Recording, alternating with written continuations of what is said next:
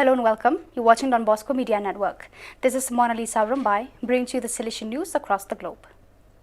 At the Missionary Ethnological Museum of Cole Don Bosco, a simple temporary exhibition has been set up to remember the figure of Don Paolo Albera, second successor of Don Bosco, precisely in the year that celebrates the 100th anniversary of his birth to heaven, which took place in Turin on October 29, 1921.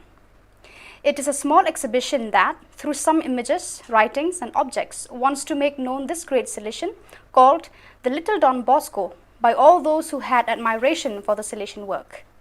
Given the context in which the exhibition is physically placed, it was decided to develop above all its missionary aspect.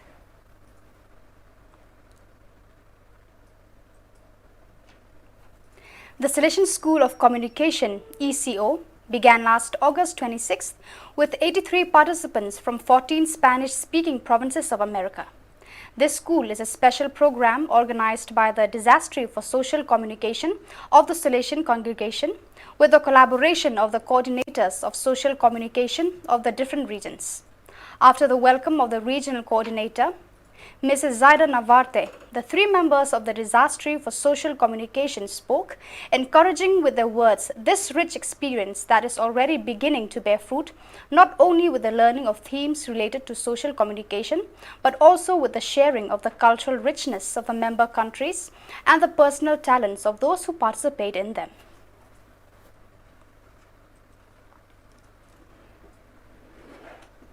The Salesians of Benin rekindled the hope of children exploited at work.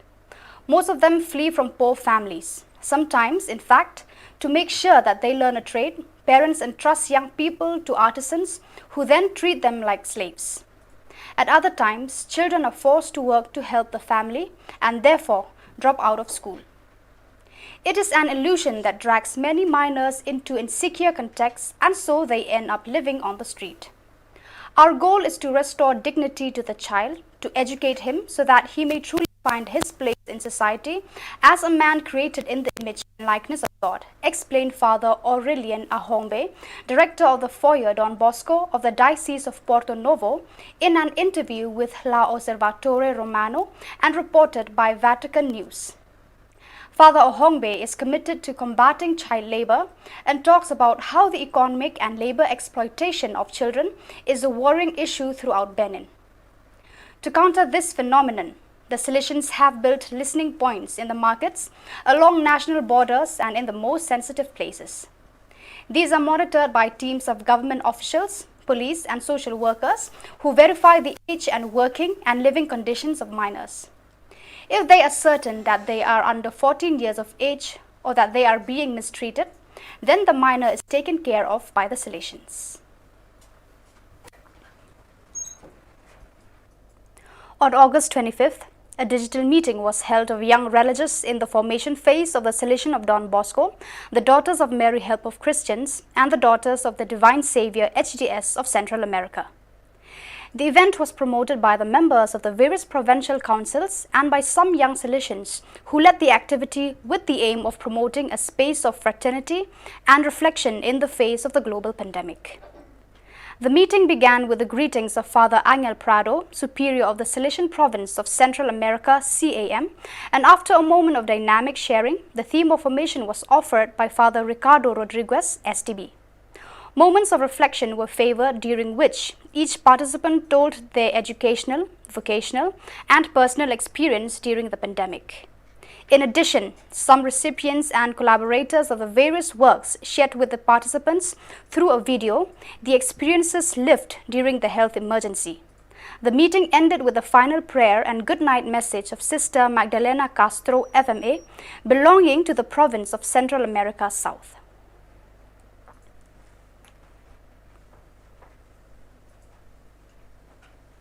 From 22nd to 26 August, the 2021 edition of the Campo Bosco of the Salesian Province, France South Belgium FRB took place, held in three places: Farnieres, Belgium, Tri-Chatu and Resins. The Campo Bosco 2021, directed by Father Xavier Ernest, was attended by just over 150 young people and about 80 animators. During the days, the young people participated in workshops, challenges, evenings, moments of reflection, and group sharing on the theme of fraternity.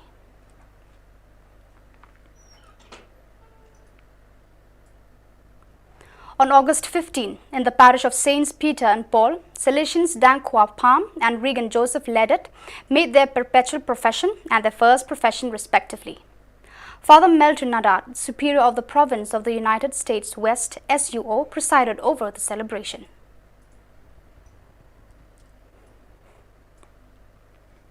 About 300 young people took part in the youth festival, Campo Bosco. This year, the theme, My Mission, was chosen to encourage reflection on the way of the life and celebrate the 40th anniversary of the Salesian Missionary Center in Warsaw. The 28th edition of the festival included moments of prayer, workshops, concerts, and meetings with missionaries and missionary volunteers.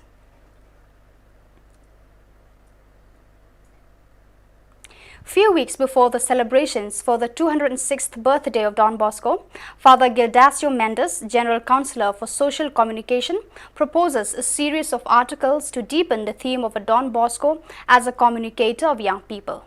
Specifically, Don Mendes presents in an original way a series of articles that revolve around the theme, with Don Bosco in digital and virtual reality. For years, in fact, Father Mendes has been studying and deepening this theme in line with Salesian pastoral care in the world of youth and in response to the appeal of the Rector Major contained in priority number 3 of the programmatic proposal, living the Salesian sacrament of presence and living in the digital environment. The theme proposed here correlates Don Bosco's communication with the current one, offering a reading of the concepts of fraternity and social friendship present in Pope Francis' encyclical Fratelli Tutti. In the light of this, Father Mendes offers interpretations of Don Bosco and his way of communicating, updating it to better understand the digital reality.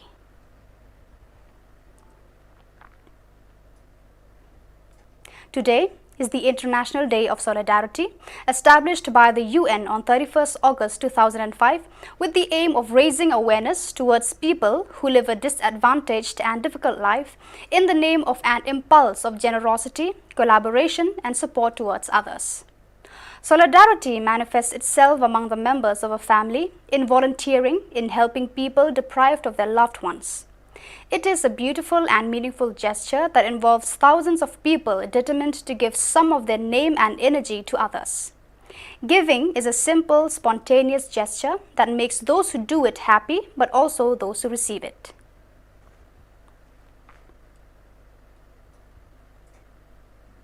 So viewers, that is all we have for you today. Until we meet again, thank you for watching.